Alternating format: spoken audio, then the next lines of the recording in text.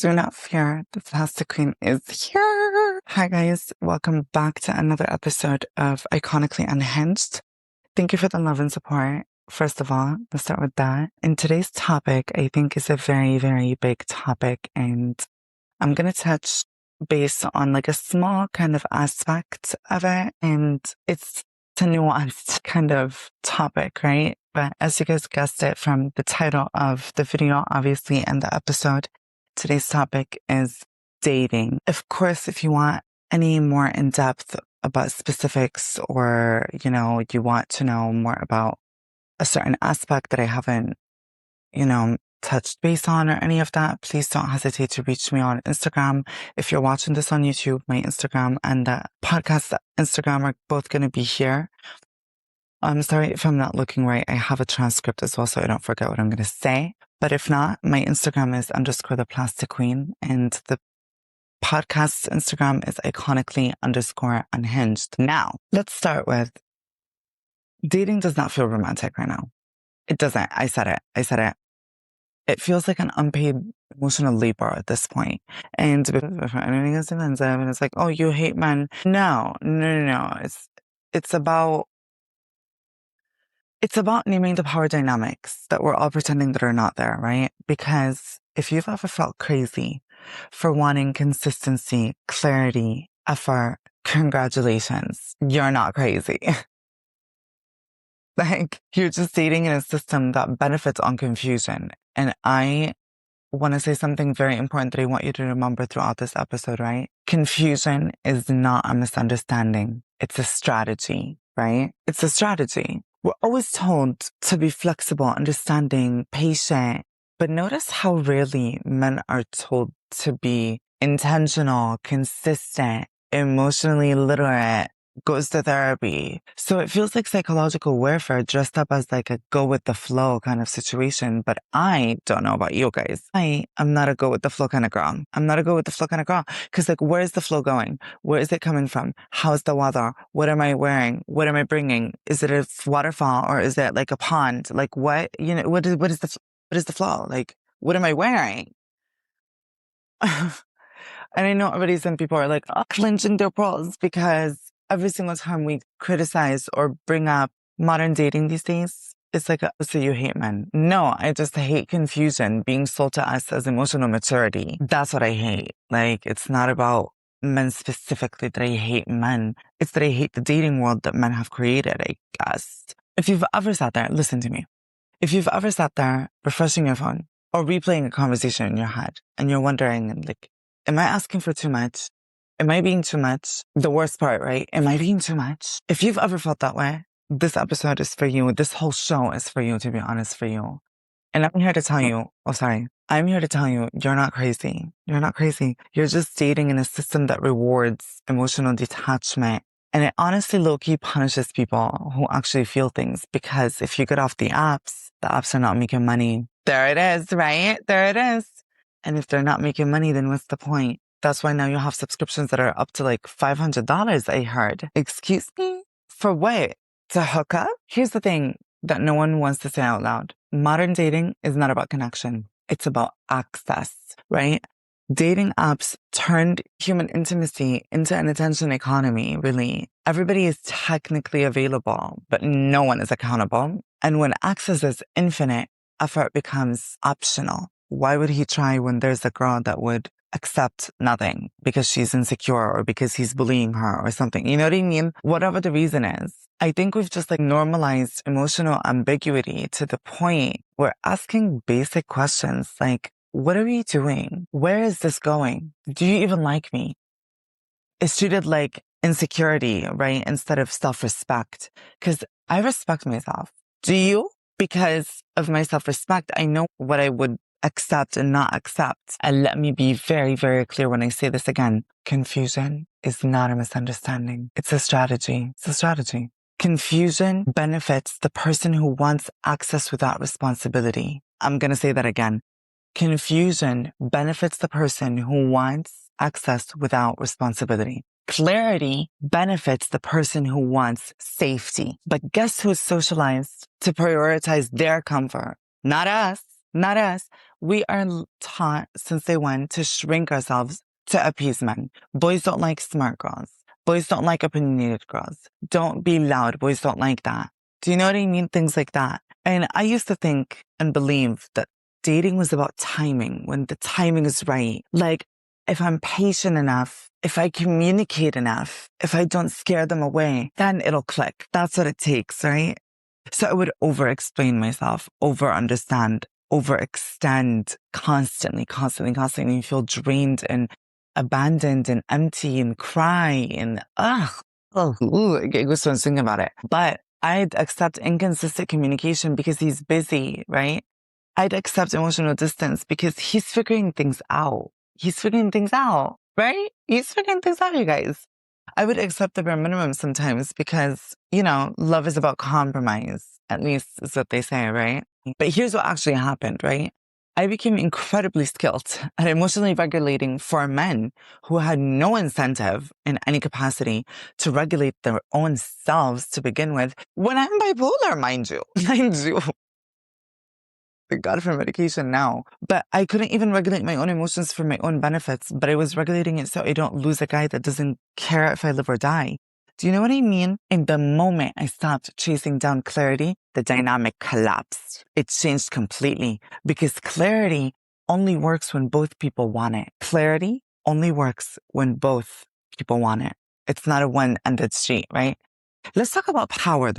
Let's talk about power because dating is a power exchange, whether we admit it or not, whether we like it or not, right? I don't know. Do you guys agree? Do you not agree? I would love to know, genuinely, because let's think about it together, right? The person who cares less controls the pace of the relationship, right? Or how fast, or if there is a relationship at all. The person who wants more is taught to shrink, of course, because how else is this going to work? See, this is why I wish both parties would learn the same thing. We tell women and femmes all the time that wanting consistency is clingy. Desiring reassurance is needy. Expecting effort is entitlement. You're entitled. How dare you? You're entitled to my time. You're entitled to my energy. No, I'm entitled to respect from the partner that I see. Meanwhile, men are praised for being low drama. He's chill. He's laid back. When in fact, they're just emotionally unavailable. They're not just being a chill guy. He's literally emotionally unavailable. He has issues. Here's the reframing you need to hear. Because you know me, I'm going to be honest with y'all. Wanting effort is not insecurity. It's discernment.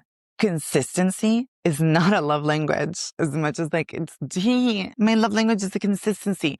No, because consistency is not a love language. It's the baseline. It's the baseline for trust. And let's not forget, desire without intention. What was it?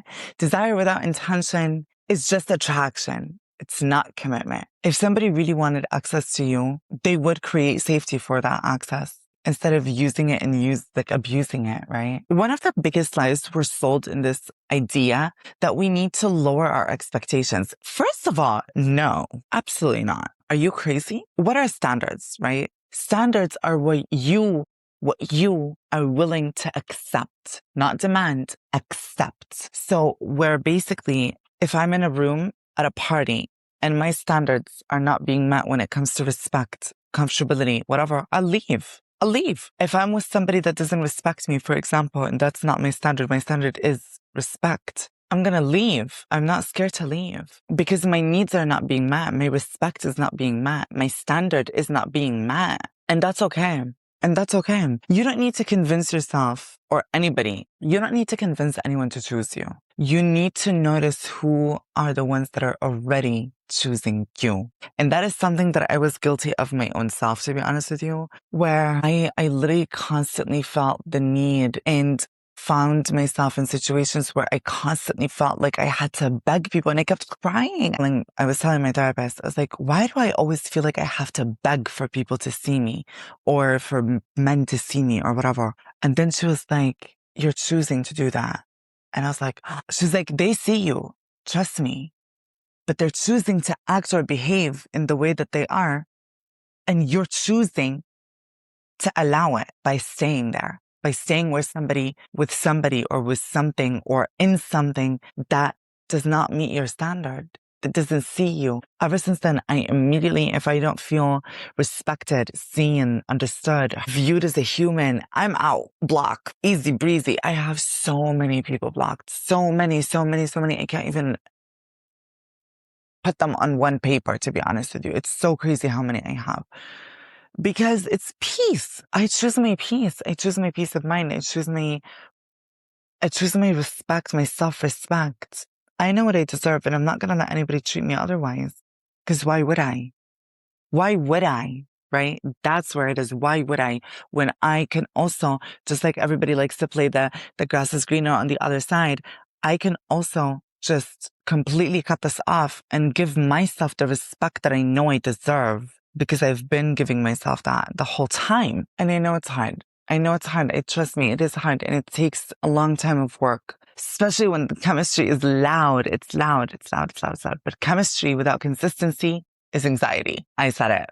Dating does not have to feel like survival mode. It shouldn't be anxious. If it does, that's not a personal failure. Honestly, it's information. You're learning. You're not asking for too much. You're just done negotiating with people who benefit from your silence. You have to remember that.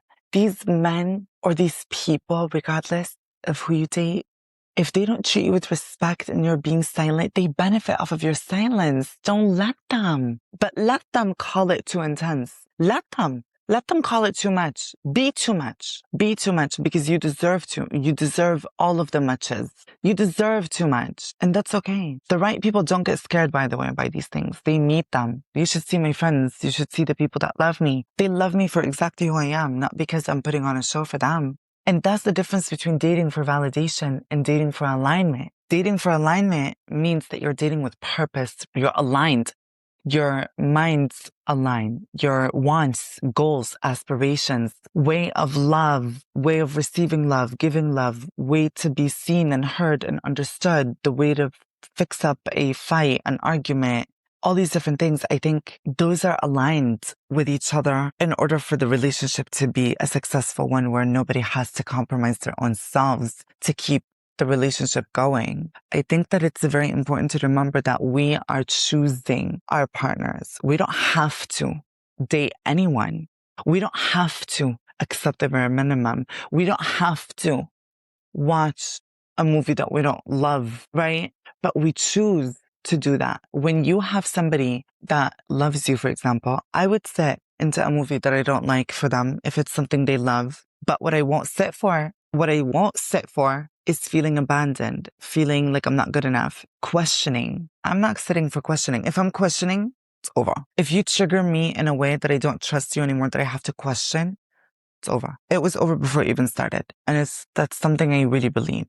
It's something I really, really believe. And that's just the way that it is, at the end of the day. You have to align your own self with the life that you believe you deserve. If your future self is in love with somebody who is a gym rat, right? Who is successful, who has a career in finance, whatever, you need to start aligning yourself with those values. You need to start going to the gym, right? You need to start going to the gym near a place that does finance. Maybe start learning about finance, whatever. So you have something in common with the person that you're trying to attract. Align yourself with where you see yourself, because how are you going to achieve the life that is here when you're operating on down here? You need to either elevate yourself up here, because the life that you want is not going to come down and find you, honey. It's just not. So please remember that.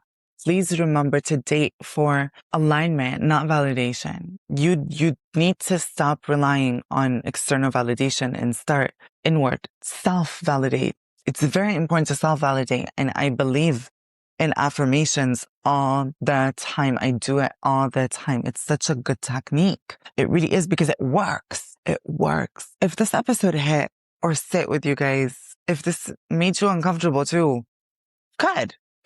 That's actually where clarity lives. Uncomfortability. Thank you for watching and thank you for listening. Come for the rants and stay for the clarity. Okay? Until next time. Bye, plastics.